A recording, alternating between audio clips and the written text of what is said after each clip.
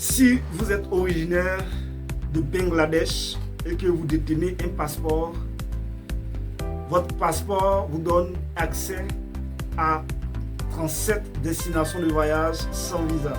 Et c'est de ça que nous allons parler dans cette vidéo. Et pour ce faire, nous allons parler bien sûr de 4 possibilités, ou je dirais avantages, donc vous avez. Si c'est la première fois que vous êtes sur cette chaîne, ici, on fait la promotion de l'aviation, de voyage et aussi de business. Si ce sont des sujets qui vous passionnent tout comme moi, abonnez-vous pour qu'on puisse faire l'aventure ensemble. Vous savez, quand on décide de voyager, l'une des questions qu'on se pose régulièrement, c'est comment obtenir le visa. Je précise, quand vous n'avez pas suffisamment de moyens financiers ou même les relations dans les pays où vous voulez vous expatrier.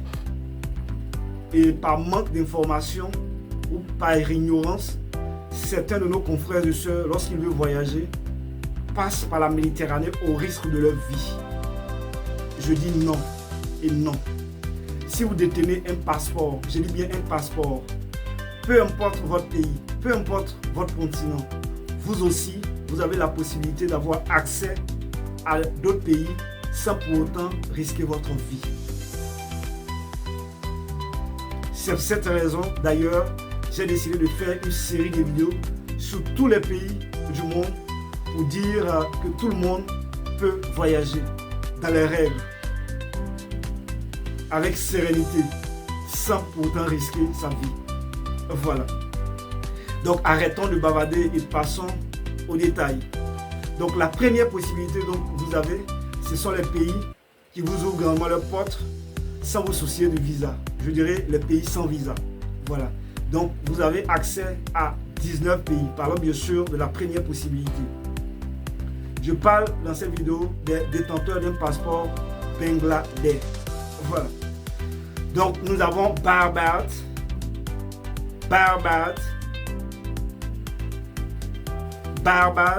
excusez-moi, je reprends. Nous avons Bahamas,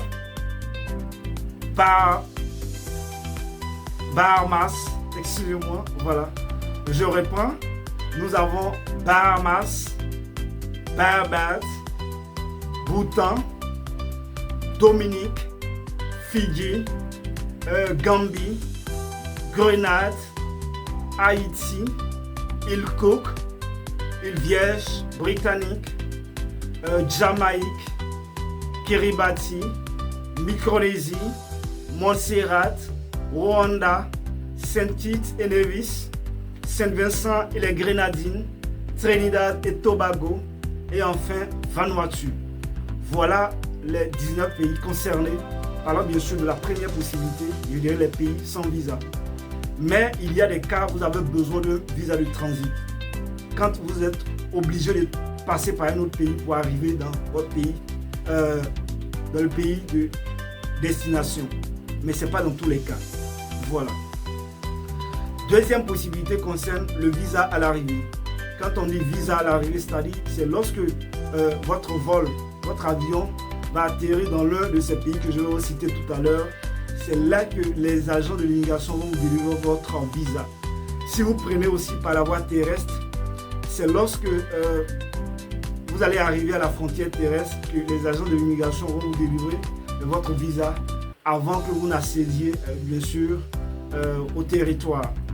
Donc vous avez accès à 17 pays. Parlons bien sûr de visa à l'arrivée.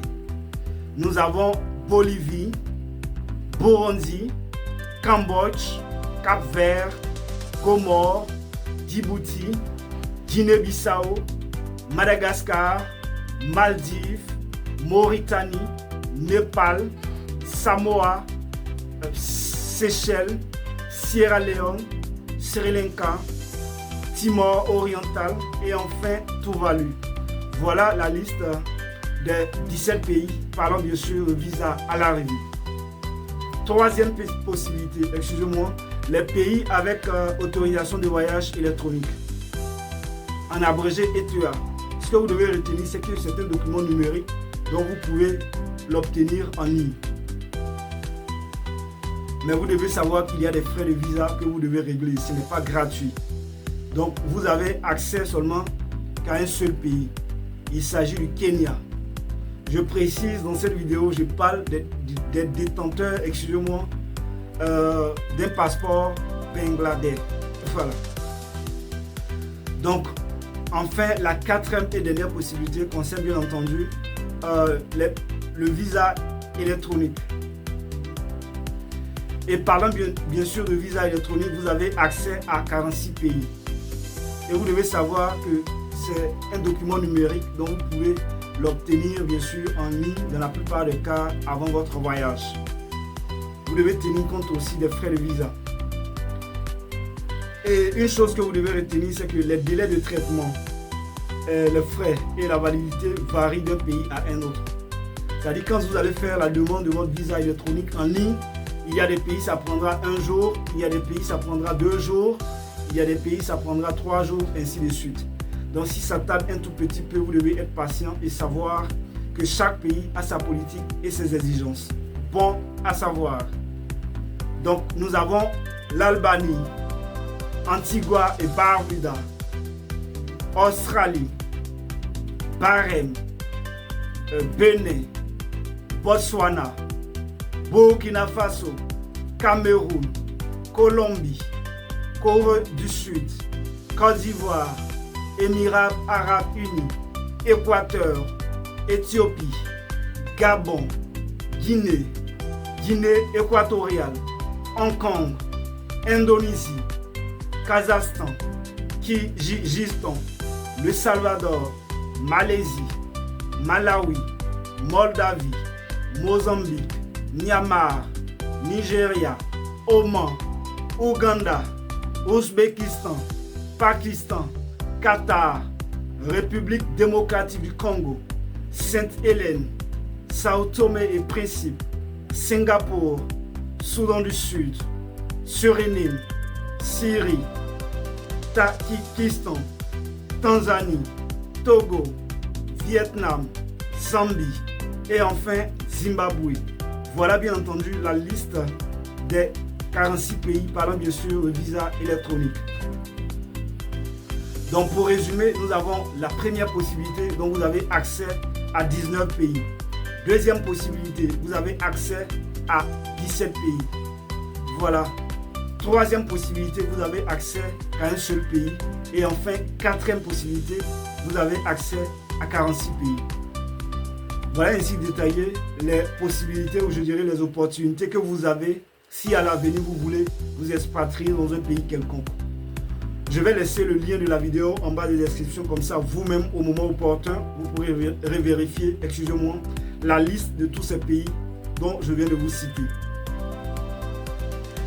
Si vous avez des préoccupations, on en parle dans les commentaires. En tout cas, si vous avez un projet qui vous tient à cœur, peu importe, je vous souhaite beaucoup de réussite. Surtout, n'abandonnez pas.